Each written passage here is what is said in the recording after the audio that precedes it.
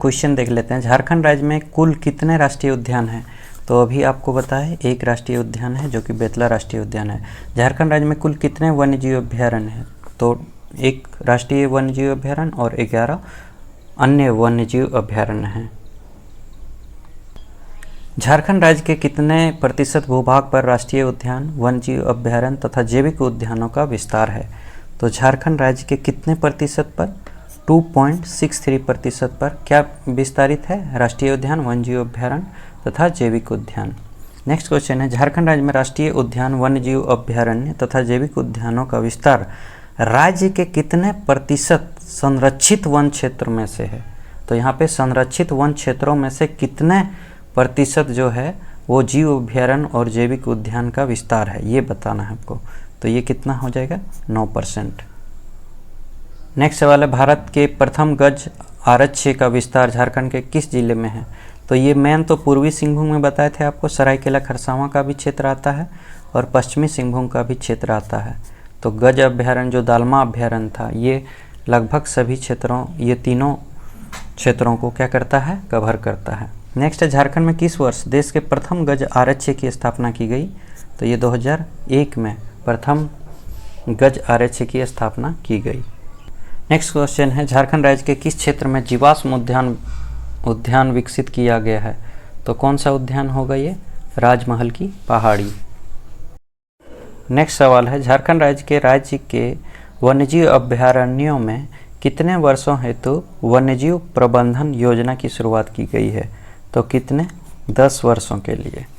Question number 9 देखते हैं, निम्नलिखित में से कौन सा राष्ट्रीय उद्यान झारखंड में अवस्थित है? तो यहाँ पे एकमात्र राष्ट्रीय उद्यान जिसका नाम है बेतला राष्ट्रीय उद्यान। नेक्स्ट क्वेश्चन देखते हैं, बेतला राष्ट्रीय उद्यान की स्थापना कब हुई थी? तो बेतला राष्ट्रीय उद्यान की स्थापना 1986 में हुई थी और 1932 में पहली बार वहाँ पे बाघों की गणना हुई थी और 1973-74 में वहाँ पे टाइगर प्रोजेक्ट चलाया गया था। झारखंड राज्य का एकमात्र राष्ट्रीय उद्यान किस जिले में अवस्थित है? तो बेतला राष्ट्रीय उद्यान, और ये लातेहार में पड़ता है।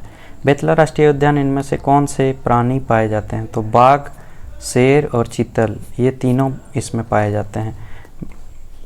झारखंड के बेतला राष्ट्रीय उद्यान में विश्व की प्रथम बाघ गणना की गई थी। यह किस वर्ष किया गया था? तो प्रथम बाघ गणना कब किया गया था? 1932 में किया गया था। बेतला राष्ट्रीय उद्यान में किस वर्ष बाघ परियोजना की शुरुआत की गई थी? तो यहाँ 73 दिया है, 74 भी रहता तो सही होता, 1973-74। नेक्स्ट सवाल है, झारखंड राज्य का एकमात्र बाघ आरक्ष्य कहाँ है? हजारीबाग अभ्यारण्य, लावालौंग, बेतला राष्ट्रीय उद्यान और दालमा। तो क्या हो जाएगा? बेतला राष्ट्रीय उद्यान। झारखंड का एकमात्र बाघ आरक्ष्य है दालमा बाघ अभ्यारण्य, पलामू बाघ अभ्यारण्य, राजमहल बाघ आरक्ष्य और लातेहार बाघ आरक्ष्य। तो इसका सही जवाब हो जाएगा पलामू बाघ आरक्ष्य, एकमात्र ये बाघ आरक्ष्य है। नेक्स्ट क्वेश्चन देख लेते हैं, झारखंड राज्य में राष्ट्रीय स्तर का एकमात्र वन्यजीव अभ्यारण्य कौन सा है? तो राष्ट्रीय स्तर पर एकमात्र वन्यजीव अभ्यारण्य आपका क्या है? पलामू अभ्यारण्य है। नेक्स्ट देखते हैं, झारखंड का सबसे बड़ा, नेक्स्ट सवाल है, झारखंड का सबसे बड़ा वन्यजीव अभ्यारण्य कौन सा है? तो सबसे बड़ा वन्यजीव अभ्यारण्य कौन सा है? पलामू अभ्यारण्य। झारखंड राज्य का दूसरा सबसे बड़ा वन्यजीव अभ्यारण्य कौन है? तो दूसरा है आपका लावालौंग अभ्यारण्य। नेक्स्ट सवाल है, निम्न में से किस वन्यजीव अभ्यारण्य में हाथी परियोजना प्रारंभ की गई है? तो ये दालमा वन्यजीव अभ्यारण्य हो जाएगा, पूर्वी सिंहभूम। नेक्स्ट सवाल देखते हैं, झारखंड के दालमा वन्यजीव अभ्यारण्य में किस वर्ष हाथी परियोजना की शुरुआत की गई थी?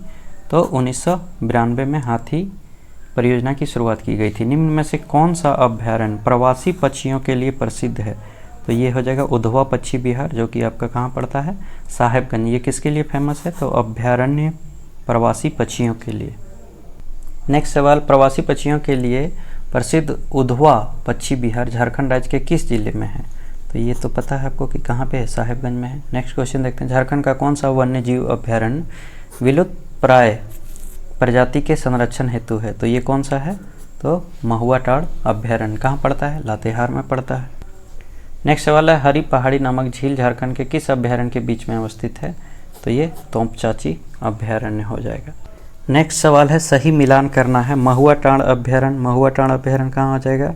ये लातेहार में हो जाएगा। दालमा पूर्वी सिंहभूम में हो जाएगा। पालकोट गुमला और गौतम बुद्ध अभ्यारण्य कहाँ हो जाएगा? कोडरमा हो जाएगा। नेक्स्ट सवाल देखते हैं। उधवा पक्षी विहार कहाँ पे होगा? साहेबगंज। तो उधवा पक्षी विहार साहेबगंज। चंद्रपुरा बोकारो में पड़ेगा। चंद्रपुरा बोकारो। इच्छागढ़ पक्षी विहार और तिलैया पक्षी विहार है। तो इच्छागढ़ कहाँ पर पक्षी विहार पड़ता है? ये सरायकेला में पड़ता है। और तिलैया पक्षी विहार कहाँ पड़ेगा? ये आपका कोडरमा में पड़ेगा। नेक्स्ट सवाल है झारखंड में किस स्थान पर बिरसा भगवान जैविक उद्यान स्थापित है? तो ये कहाँ पे स्थापित है? ये आपका ओरमांझी में है 1986 में। और झारखंड में एकमात्र ऐसा ये जैविक उद्यान है जिसका अपना क्या है? साइट है। नेक्स्ट क्वेश्चन देखते हैं। झारखंड में बिरसा मृग विहार किस स्थान पर है? तो बिरसा मृग विहार कहाँ पे है? काला माटी में। और काला माटी कहाँ पड़ता है? ये खूंटी में पड़ता है। नेक्स्ट है झारखंड राज्य में जवाहरलाल नेहरू जैविक उद्यान किस जिले में अवस्थित है? तो ये बोकारो में अवस्थित है। और जवाहरलाल नेहरू जैविक उद्यान को क्या बोलते हैं? सिटी पार्क भी कहते हैं। नेक्स्ट सवाल देखते हैं। झारखंड में स्थित बिरसा जैविक उद्यान की स्थापना कब हुई थी? तो बिरसा जैविक उद्यान की स्थापना कब हुई थी? 1994 में हुई थी। नेक्स्ट देख लेते हैं। नेक्स्ट सवाल है झारखंड के मूता रुक्का में अवस्थित मगर प्रजनन केंद्र की स्थापना किस अंतर्राष्ट्रीय संस्था के सहयोग से की गई है? तो ये क्या हो जाएगा? IUCN के द्वारा स्थापित किया गया है। नेक्स्ट सवाल देख लेते हैं। Question number 33। झारखंड के मूटा रुक्का में अवस्थित मगर प्रजनन केंद्र की स्थापना किस वर्ष हुई है? यहाँ पे आपको वर्ष बताना है। तो ये कब होगा? 1987। नेक्स्ट सवाल देख लेते हैं। झारखंड में पार्क एवं बगीचों के प्रबंधन एवं विकास हेतु सरकार की नई पहल झार पार्क्स के तहत निम्न में से कौन सा पार्क शामिल नहीं है? इसमें आपको बताना है कौन सा पार्क शामिल नहीं है। तो दीनदयाल पार्क रांची है। शहीद निर्मल महतो पार्क हजारीबाग है। सिंधु कान्हू पार्क दुमका है। ये सिंधु कान्हू पार्क रांची में भी एक है ना। तो कारगिल पार्क लातेहार ये इसको शामिल झार पार्क्स के तहत नहीं किया गया है। नेक्स्ट सवाल देख लेते हैं। झार पार्क्स के तहत शामिल निम्न में से कौन सा पार्क रांची में अवस्थित नहीं है? तो कौन सा पार्क जो है झार पार्क्स के तहत रांची में अवस्थित नहीं है? तो सिंधु कान्हू पार्क है, आपका बिरसा मुंडा जैविक उद्यान है, ऑक्सीजन पार्क है। तो इसका सही आंसर हो जाएगा अंबेडकर पार्क। ये रांची में अवस्थित नहीं है। नेक्स्ट सवाल है पार्क को मैच करना है आपको। ये देखिए घोड़बंधा थीम पार्क ये बताए थे आपको कहाँ पे है? जमशेदपुर में। निर्मल महतो पार्क ये आपका कहाँ पे है? हजारीबाग में है। और श्री कृष्ण पार्क ये आपका रांची में पड़ेगा। और अंबेडकर पार्क कहाँ पे पड़ेगा? सिल्ली में पड़ेगा। नेक्स्ट सवाल है झारखंड सरकार के पार्कों एवं बगीचों के प्रबंधन एवं विकास हेतु झार पार्क्स योजना के तहत कितने पार्कों को शामिल किया गया है?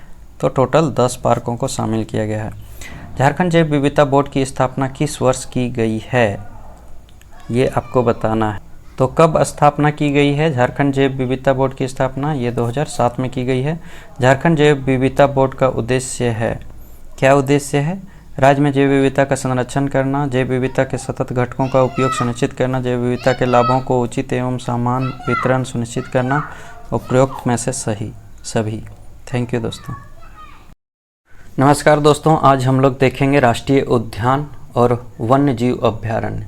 तो झारखंड में एक राष्ट्रीय उद्यान है जो आप सबों को पता होगा, बेतला राष्ट्रीय उद्यान, और 11 जो है वन्य जीव अभ्यारण्य है। इन 11 वन्य जीव अभ्यारण्य में 5 वन्य जीव अभ्यारण्य की स्थापना 1976 में हुई, जबकि 2 की स्थापना 1978 में हुई, 1 की स्थापना 1984, 1 की स्थापना 1985 और फिर 1 की स्थापना 90 और 1 की स्थापना 91। इस तरह से टोटल 11 वन्यजीव अभ्यारण्य और 1 जो नेशनल पार्क है, राष्ट्रीय उद्यान है बेतला वाला, टोटल 12 को अध्ययन करेंगे अभी हम लोग। सबसे पहले एक कहानी के माध्यम से इससे याद करने की कोशिश करते हैं। तो गौतम बुद्ध अपने घर से निकले थे और वो पैदल चल रहे थे। पैदल चलते चलते उनको भूख लगी, तो भूख लगी तो झारखंड में क्या मिलेगा, तो उन्होंने महुआ खाया। महुआ खाने के बाद फिर वो चले गए हजारीबाग। हजारीबाग पहुँचे गौतम बुद्ध, वहाँ से उन्होंने लावालौंग और तोपचांची में जाके विश्राम किया। मतलब वो महुआ खा लिए थे, महुआ खाने के बाद हजारीबाग गए, हजारीबाग के बाद फिर वो लावालौंग और तोपचांची, ये दोनों जगहों पे उन्होंने क्या किया, विश्राम किया। विश्राम करने के बाद जब उन्हें लगा कि अब ध्यान करना चाहिए, तब वो पारसनाथ की ओर मूव करे और पारसनाथ की पहाड़ पे चढ़ के उन्होंने क्या किया, ध्यान किया। तो वहाँ ध्यान कर रहे थे, तब उनके परिजन उनको ढूंढ रहे थे कि गौतम बुद्ध कहाँ चले गए। तो उनके परिजन ट्रेन धर के कहाँ पे आ गए, कोडरमा स्टेशन आ गए। कोडरमा स्टेशन में पहुँचे उनके परिजन। तो जब गौतम बुद्ध को पता चला कि मेरे परिवार वाले हमको खोजते हुए कोडरमा स्टेशन तक आ चुके हैं, तो पारसनाथ आ जाएंगे, तब वो वहाँ से क्या किए, छलांग लगाए और पहुँच गए पालकोट। गौतम बुद्ध कहाँ चले गए, पालकोट चले गए। तो जब उनके घर वाले को पता चला कि गौतम बुद्ध यहाँ से निकल गए हैं, पारसनाथ से चले गए हैं, तब उनके परिवार ने गंगा पार करते हुए, उधवा झील जो है उसको पार करते हुए, गंगा पार करते हुए फिर से वो अपने घर चले गए। तो ये पूरी कहानी थी, एक बार फिर से रिवाइज करा देते हैं आपको। गौतम बुद्ध अपने घर से निकले थे, पैदल चल रहे थे, पैदल चलते चलते उनको भूख लगी तो उन्होंने महुआ खाया। महुआ खाने के बाद वो हजारीबाग जिला पहुँचे। हजारीबाग जिला पहुँचने के बाद वो लावालौंग और तोपचांची में आराम किए। जब आराम कर लिए तब उनको लगा ध्यान करना चाहिए। ध्यान करने के लिए वो पारसनाथ पहाड़ गए। पारसनाथ पहाड़ में ध्यान कर रहे थे, तभी उनके परिजन लोग उनको खोजते हुए कोडरमा स्टेशन तक पहुंच गए। जब भगवान बुद्ध को पता चला कि मेरे परिजन आए हैं कोडरमा तक, तो वो वहाँ से छलांग लगा के कहाँ, पालकोट गुमला पहुँच गए। पालकोट पहुँच गए और फिर इनके परिजन गंगा पार करते हुए लौट गए। तो अब इनको हम लोग देखते हैं। जो 5 जो हमारा वन्य जीव अभ्यारण्य है, ये 1976 में बना है। इसका ट्रिक आपको यहाँ पे देखने को मिल जाएगा। देखिए, सबसे पहले तो है गौतम बुद्ध। तो गौतम बुद्ध जो अभ्यारण्य है, ये आपका कहाँ पड़ता है, ये आपका पड़ता है कोडरमा में। कोडरमा में पड़ता है गौतम बुद्ध अभ्यारण्य। तो गौतम बुद्ध चले थे घर से, कैसे चले थे, तो पैदल चले थे। प से पलामू, पलामू अभ्यारण्य, और द से दालमा अभ्यारण्य। तो पलामू अभ्यारण्य कौन सा जिला में पड़ता है, पलामू अभ्यारण्य पलामू में पड़ता है। और दालमा अभ्यारण्य जो है ये पूर्वी सिंहभूम और सरायकेला खरसावां के भाग पड़ते हैं। दालमा अभ्यारण्य मेनली आपका पूर्वी सिंहभूम आपको बताना होगा। तो अभी 3 देख लिए, गौतम बुद्ध अभ्यारण्य, पैदल से 2 ठो, पलामू और दालमा। पलामू पलामू में, दालमा पूर्वी सिंहभूम में, गौतम बुद्ध कोडरमा में। उसके बाद पैदल चले, वो क्या खाए, महुआ खाए। तो महुआ से महुआ टाँड़ भेड़िया अभ्यारण्य। तो महुआ टाँड़ भेड़िया अभ्यारण्य कहाँ पे है, ये लातेहार में है। महुआ टाँड़ भेड़िया अभ्यारण्य कहाँ पे है, लातेहार में है, लातेहार। अब महुआ खाए उसके बाद वो कहाँ पहुँचे, हजारीबाग। तो हजारीबाग अभ्यारण्य जो कि कहाँ पे है, हजारीबाग में है। ये 5 ठो हो गए। ये 5 कब बने हैं, ये बने हैं 1976 को। पहला गौतम बुद्ध अभ्यारण्य कोडरमा में, पैदल से 2 ठो, पलामू और दालमा, ये दोनों 1976 में। महुआ टाँड़ लातेहार, हजारीबाग भी हजारीबाग में है। तो ये 5 अभ्यारण्य, इसमें सबसे ज़्यादा जो इम्पोर्टेंट है भेड़िया के संरक्षण के लिए, विलुप्त प्राय भेड़िया के लिए, वो है महुआ टाँड़। महुआ टाँड़ भेड़िया अभ्यारण्य विलुप्त प्रजाति के भेड़ियों के संरक्षण के लिए माना जाता है। उसके बाद हम लोग आगे देखते हैं, वो विश्राम कहाँ पे किए, विश्राम किए वो लावालौंग, लौंग और तोंप चाची। तो लावा लौंग चतरा में पड़ता है और तोंप चाची कहाँ पड़ता है? धनबाद में पड़ता है। तो यहाँ पे इन्होंने आराम किए थे, लावा लौंग और तोंप चाची में। ये दोनों 1978 में बना है। तो ये दोनों एक साथ याद रखेंगे, लावा लौंग और तोंप चाची। इसके बाद वो ध्यान करने के लिए कहाँ पहुँच गए? तो वो पारसनाथ पहुँच गए, संवेद शिखर। तो यहाँ पहुँचे पारसनाथ। तो ये कब पहुँचे? ये 1984 में। कहीं कहीं आपको बुक में 1981 भी देता है। ठीक है, तो उड़ान की बुक में कब दिया गया है? 1984। पारसनाथ 1984। ठीक है, इसके बाद जब पारसनाथ, तो उनके घर वाले उनको खोजने के लिए कहाँ पे आए? कोडरमा आए, है ना। तो कोडरमा जो होगा ये 1985। कोडरमा में है, तो 1985 में कोडरमा अभ्यारण्य। कोडरमा के बाद वो कहाँ चले गए? वो चल गए पालकोट। भगवान बुद्ध कहाँ चल गए? पालकोट कहाँ पे पड़ता है? ये पड़ता है आपका गुमला में, पालकोट अभ्यारण्य। और ये हो गया 1990। उसके बाद उसके घर वाले कहाँ वापस चले गए? उधवा पच्छी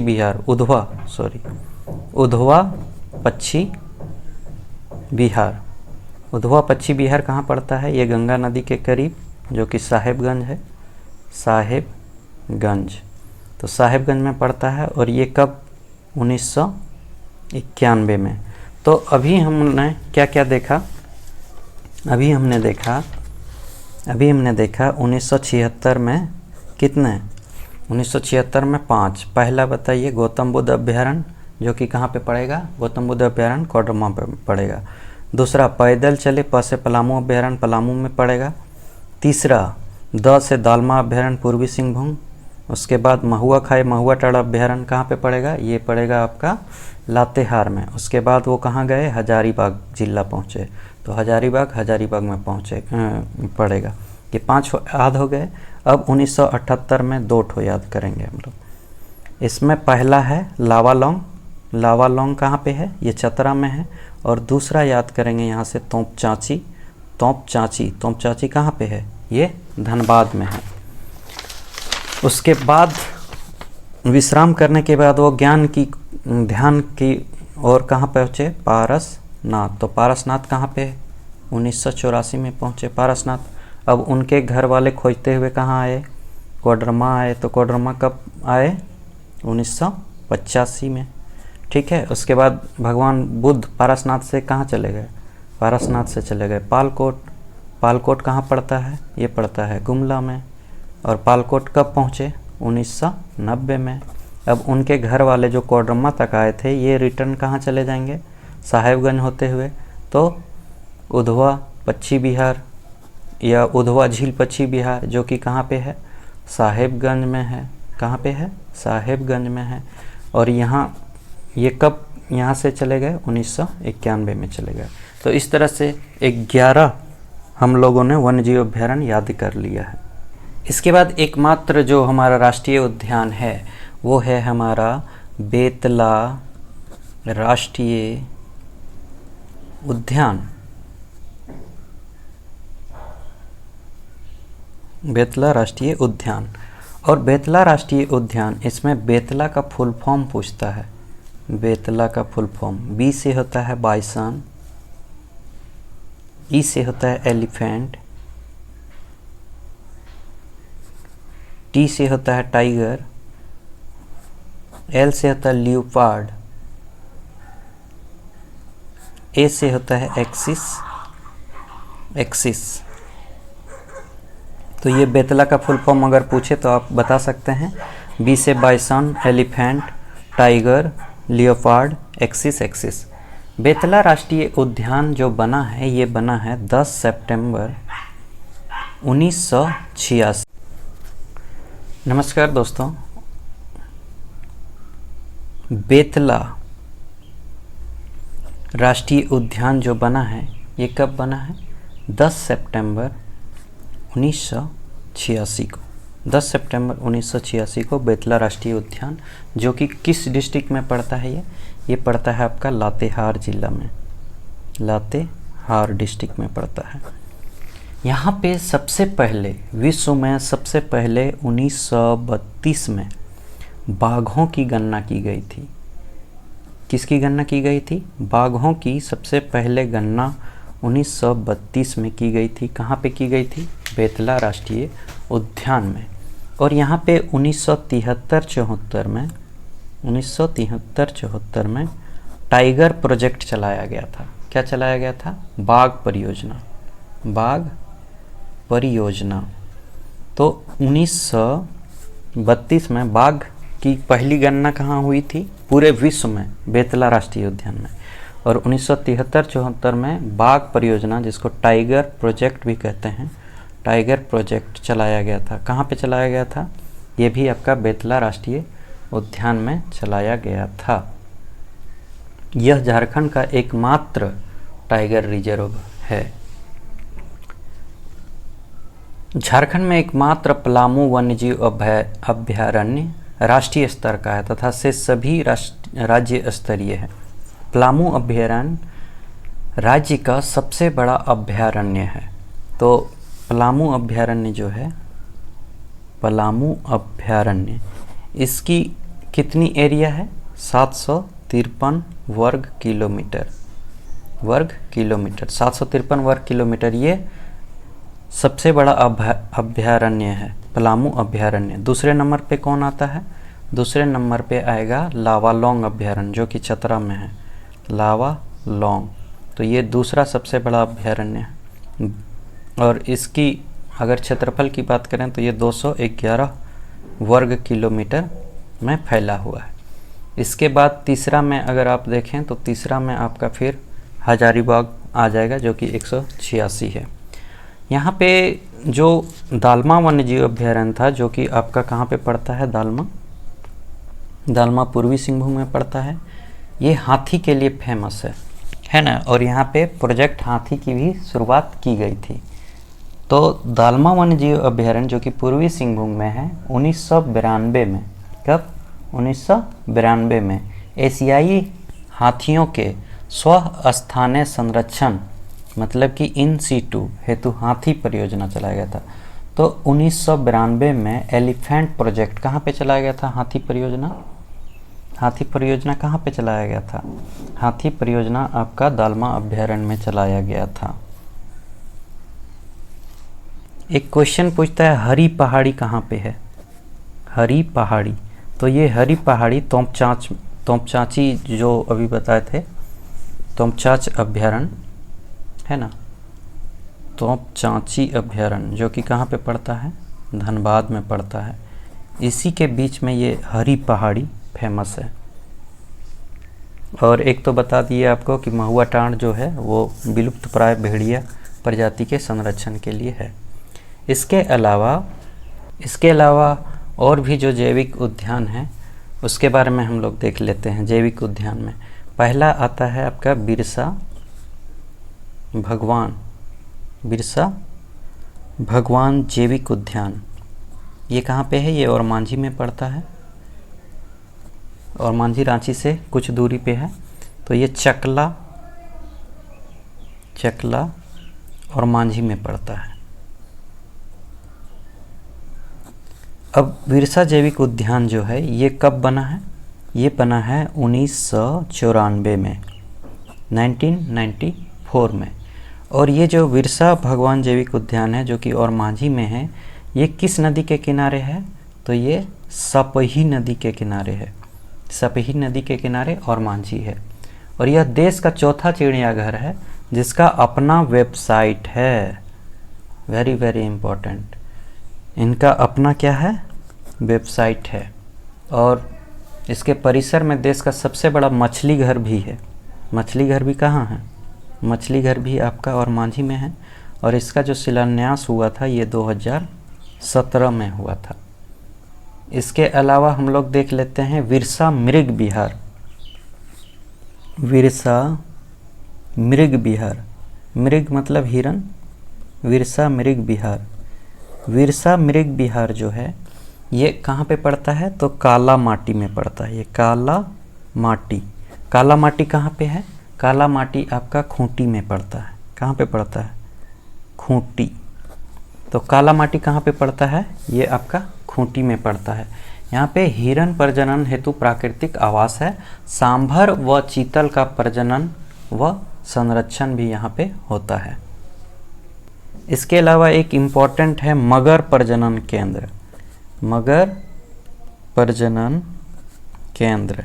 और ये मगर प्रजनन केंद्र कहाँ पे है, ये मूठा में पड़ता है ना, जो कि या फिर रुक्का, ठीक है, मूठा या रुक्का मगर प्रजनन केंद्र, ठीक है। ये IUCN के द्वारा 1987 में स्थापित हुआ था। तो ये वेरी वेरी इंपॉर्टेंट है, पूछेगा कि मगर प्रजनन केंद्र किसके द्वारा स्थापित किया गया है, तो IUCN के द्वारा 1987 में स्थापित किया गया है। और यह यहाँ भारत के 8वें गीध प्रजनन केंद्र का निर्माण किया जा रहा है। यहाँ गीध प्रजनन केंद्र के विकास हेतु बॉम्बे नेचुरल हिस्ट्री सोसाइटी से MOU किया गया है। तो मगर मतलब मगरमच्छ का प्रजनन केंद्र मूटा या मूता जो कि रुक्का में पड़ता है ना, ये IUCN द्वारा 1987 में स्थापित किया गया है। इसके अलावा जो झार पार्क्स है, झार पार्क्स के द्वारा 10 पार्कों को शामिल किया गया है, जिसका संचालन झारखंड पार्क प्रबंधन एवं विकास प्राधिकरण द्वारा किया जाता है। इन 10 पार्क का नाम आपको याद रखना है। बिरसा मुंडा जैविक उद्यान जो कि रांची में है, दीनदयाल पार्क रांची में, नक्षत्र वन रांची में, सिंधु कान्हू पार्क रांची में, ऑक्सीजन पार्क रांची में, श्री कृष्ण पार्क रांची में। तो ये 6 तो रांची में हो गए। एक है शहीद निर्मल महतो पार्क, ये आपका हजारीबाग में पड़ेगा। अंबेडकर पार्क ये आपका सिल्ली में पड़ेगा। गौड़बंधा थीम पार्क ये आपका जमशेदपुर में पड़ेगा। और सिंधु कान्हू पार्क ये आपका दुमका में पड़ेगा। तो यहाँ पे 2 ठो ज़्यादा इम्पोर्टेंट है, शहीद निर्मल महतो पार्क जो कि हजारीबाग में है, और ये थोड़ा नाम है गौड़बंधा थीम पार्क जो कि आपका कहाँ पे पड़ता है, जमशेदपुर में पड़ता है। झारखंड जैव विविधता बोर्ड की जो स्थापना हुई है वो 20 दिसंबर 2007 को हुई है। रांची में एक और पार्क बहुत फेमस है, जैव विविधता पार्क, जैव विविधता पार्क जिसको बायोडाइवर्सिटी पार्क बोलते हैं, बायोडाइवर्सिटी पार्क। ये आपका कहाँ पे है, तो एक जगह है लाल खटंगा, ठीक है, लाल खटंगा जगह का नाम है, वहीं पे ये बायोडाइवर्सिटी पार्क है, ठीक है। और वर्ष 2012 में जैव विविधता पार्क स्थापित किया गया है। कब, 2012 में। और ये इको टूरिज्म की अवधारणा पर विकसित किया गया है। यहाँ पे बेसिकली दुर्लभ औषधि पाए जाते हैं, बहुत विभिन्न तरह के दुर्लभ प्रजाति के औषधि यहाँ पे आपको देखने को मिल सकता है। इसके अलावा बिरसा मुंडा स्मृति पार्क भी बना है, जहाँ पे बिरसा मुंडा की 25 फीट की प्रतिमा को क्या किया है, लगाया गया है, ठीक है। तो एक और देख लेते हैं, बिरसा मुंडा स्मृति पार्क, ठीक है, बिरसा मुंडा स्मृति पार्क ये कहाँ पे है, रांची में बना है। और यहाँ पे 25 फीट की एक क्या बनाई गई है, मूर्ति बनाई गई है, किनकी, तो भगवान बिरसा मुंडा की। तो बायोडाइवर्सिटी पार्क लाल खटंगा जो कि रांची में है, और बिरसा मुंडा स्मृति पार्क ये भी कहाँ पे है, रांची में ही है। इसके अलावा झारखंड में जो बोकारो के पेटरवार है, तो पेटरवार में डेमोन्स्ट्रेशन है ना, डेमोन्स्ट्रेशन नर्सरी की स्थापना की गई है। तो पेटरवार कहाँ पे पड़ता है, बोकारो, पेटरवार ये पड़ता है आपका बोकारो में। और यहाँ पे डेमोन्स्ट्रेशन नर्सरी की स्थापना की गई है। अब कुछ हम लोग देख लेते हैं पक्षी विहार। तो तिलैया पक्षी विहार तिलैया पक्षी विहार, ये कहाँ पड़ता है? तिलैया पक्षी विहार ये आपका कोडरमा में पड़ता है। दूसरा है तेनूघाट, तेनूघाट, तेनूघाट तो कहाँ पड़ेगा? ये तेनूघाट बोकारो में है। उसके बाद है चंद्रपुरा, चंद्रपुरा, चंद्रपुरा भी कहाँ पड़ेगा? बोकारो में पड़ेगा। चंद्रपुरा के बाद है आपका ईचागढ़, ईचागढ़, ईचागढ़ कहाँ पड़ता है? ये सरायकेला खरसावां में, सरायकेला खरसावां। उसके बाद है उधवा पक्षी विहार, उधवा तो अभी बताए थे, उधवा पक्षी विहार जो कि कहाँ पड़ता है? साहेबगंज में। तो ये टोटल 5 पक्षी विहार याद रखना है। तिलैया पक्षी विहार कोडरमा में, तेनूघाट पक्षी विहार बोकारो, चंद्रपुरा पक्षी विहार बोकारो, ईचागढ़ पक्षी विहार सरायकेला खरसावां, उधवा पक्षी विहार साहेबगंज। झारखंड में जो पलामू बाघ आरक्ष्य है, यहाँ पे झारखंड राज्य में बाघ कॉरिडोर की संख्या 1 है, ठीक है। और ये कहाँ पे है? पलामू बाघ आरक्ष्य में। इसका नाम आपसे पूछ सकता है, इसका नाम है गुरु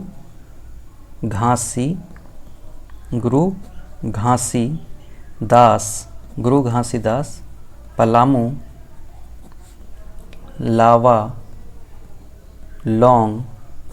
लावालोंग बाघ कॉरिडोर, और इसका विस्तार झारखंड और छत्तीसगढ़ में है, झारखंड और छत्तीसगढ़ में है। यहाँ पे डार्क साइट भी पाया गया है, डार्क साइट, और ये डार्क साइट फोटोग्राफी के लिए बहुत अच्छा होता है। यहाँ पे एस्ट्रो फोटोग्राफिक हब के रूप में इसको क्या किया जा रहा है? विकसित किया जा रहा है। तो गुरु घासीदास पलामू लावालोंग बाघ कॉरिडोर झारखंड का एकमात्र बाघ कॉरिडोर, और ये आपका झारखंड और छत्तीसगढ़ के बीच में फैला हुआ कॉरिडोर है। और ये किस में पड़ता है? ये आपका पलामू बाघ आरक्ष्य के क्षेत्र में पड़ता है। झारखंड में जो है आपका वन्य अभयारण्यों में 10 वर्षों की अवधि के लिए वन्यजीव प्रबंधन योजना की शुरुआत की गई है। मतलब कि स्टेट वाइल्ड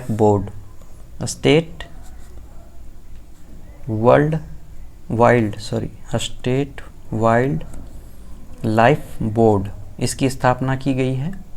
इस बोर्ड में वन्यजीव अभयारण्यों को कितने वर्षों के लिए?